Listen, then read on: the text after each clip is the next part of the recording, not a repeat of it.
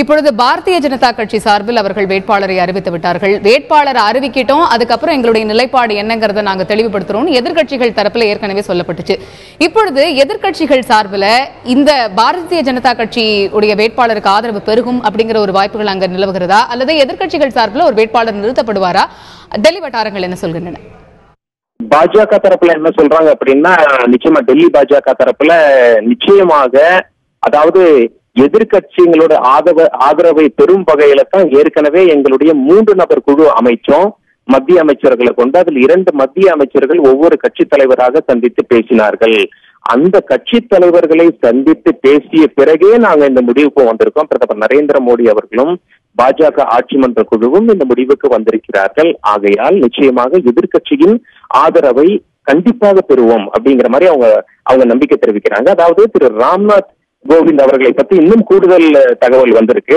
அவர் டெல்லி உயர்நீதிமன்றத்தில் வழக்கறிஞராக பணி செய்திருக்கிறார். 1977 ஆண்டிலிருந்து 1979 ஆண்டு வரைக்கும் மத்திய அரசின் வழக்கறிஞராக.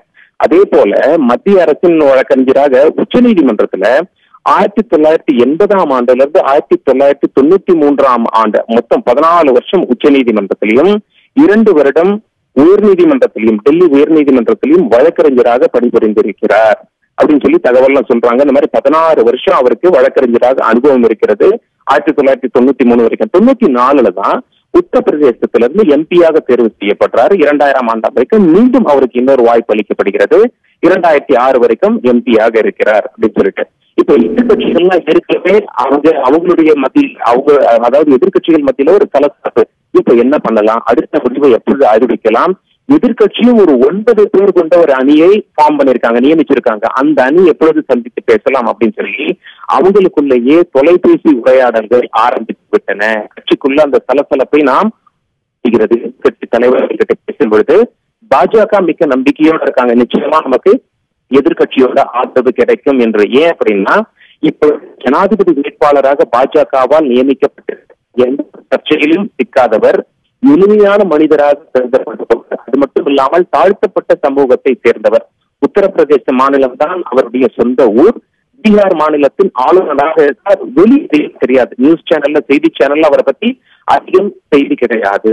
எனவே சர்ச்சையில் இல்லாத ஒரு மனிதரை எதிர்கட்சியும் ஏற்றுக்கொள்ளும் வகையில் ஒரு மனிதரை பாஜக நியமித்திருப்பதால் நிச்சயமாக எதிர்கட்சியின் ஆதரவு இருக்கக்கூடும் என்ற நம்பிக்கை வலுக்கிறது டெல்லி வட்டாரங்கள்ல.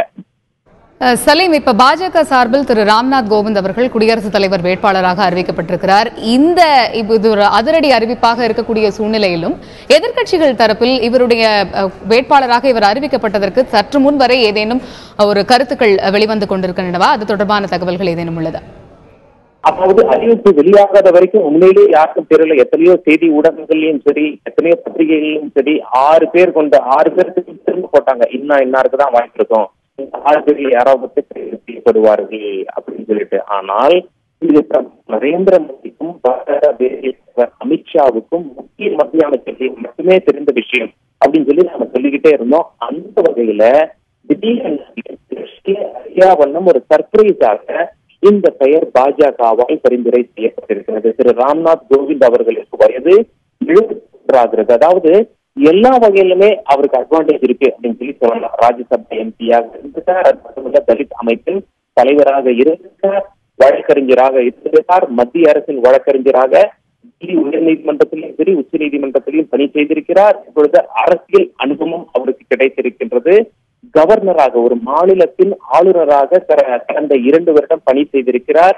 வெளியே அறிவிக்கப்படாதவர், சர்ச்சையில் சிக்கப்படாதவர், இத்தனை பின்புலங்கள் அவருக்கு இருப்பதால் அனைத்துமே சாதனை அம்சங்களாக பார்க்கப்படுகிறது.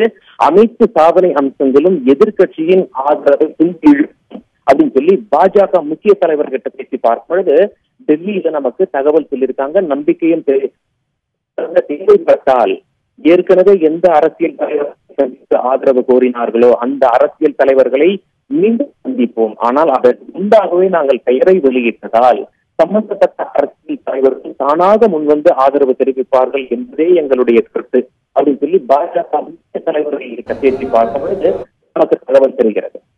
தகவல்களுக்கு நன்றி சலீம்.